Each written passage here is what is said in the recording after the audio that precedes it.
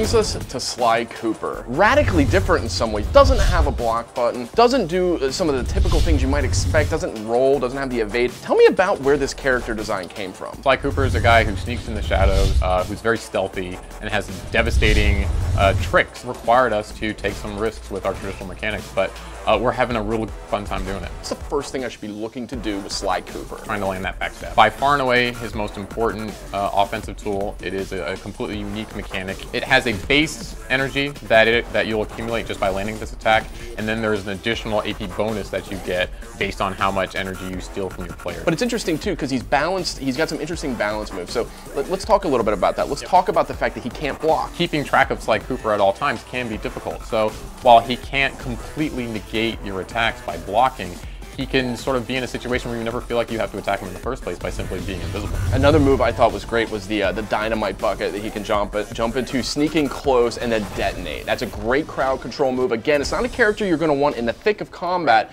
but when you need to, that's a great go-to. Another really important move for Sly Cooper is the alarm clock. He can quickly stun an opponent and get them caught in sort of the sonic waves.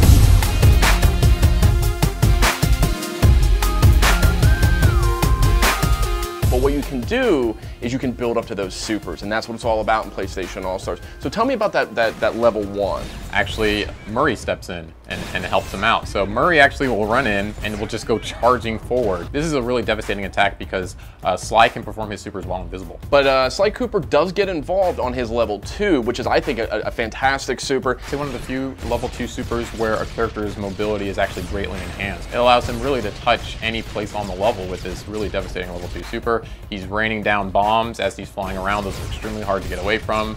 They have an explosive blast range on them, so not just the object itself, but also being around those objects is really bad. It's a really interesting dynamic. He's trying to keep away and trying not to fight too much, trying to stay in the shadows, but then that level 2 comes out and all bets are off. He's coming for you now. But then that leads us to the level 3. Bentley comes out and has a modified Bunaki comb that actually is, shoot to kill. He can capture quite a number of kills with that Bunaki comb. This is a super that does ask a little bit more of Sly Cooper in terms of skill and does allow his opponents to deal with the situation a little bit better. But again, if the fates align and he's able to use that super effectively, he can get a lot of kills with it. So in a nutshell, Sly Cooper, what kind of fighting game player should I be if I want to play as Sly Cooper? I really like investing a lot in a character who has a high risk but a high reward sort of play style, a character that you can feel really smart with, a character that you can be clever and tricky and frustrate your opponents with. I think Sly's really going to appeal to you.